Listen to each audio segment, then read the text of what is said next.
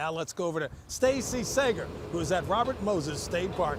I think the conditions over there are pretty much the same, right, Stacey?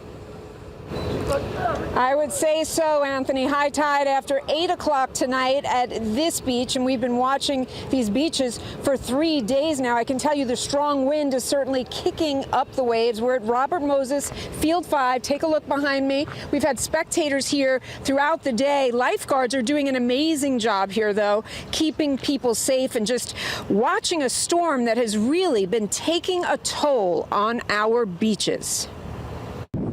It looked like a staircase of waves about 10 feet high, moment by moment, changing with the wind along the south shore of Long Island. Here at Robert Moses State Park, the ripple effects of Erin continuing to put on a show. The audience both mesmerized and concerned. All of us here are big fans of Robert Moses, and we don't want to see it washed away. We love our beaches here on Long Island. Meanwhile, here at Jones Beach in Nassau County, the concern for coastal flooding has become a reality as people looked at this in disbelief. Workers moving sand around for extra protection as waves sprayed in the background, new pools filling this normally wide area of sandy beach. And I can't believe it's even happening. Never seen it before. I think it's pretty wild. The water's pretty high up and the waves are crashing. The beaches remained closed to swimmers for good reason, and if you came here to take photos, be prepared to roll back for the tide. I tried to backpedal, but it was too much. It just got right up there.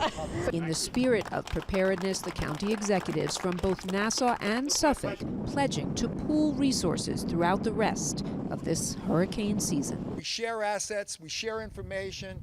I was out at Shinnecock yesterday, standing there, and as the wave broke, it broke right over me.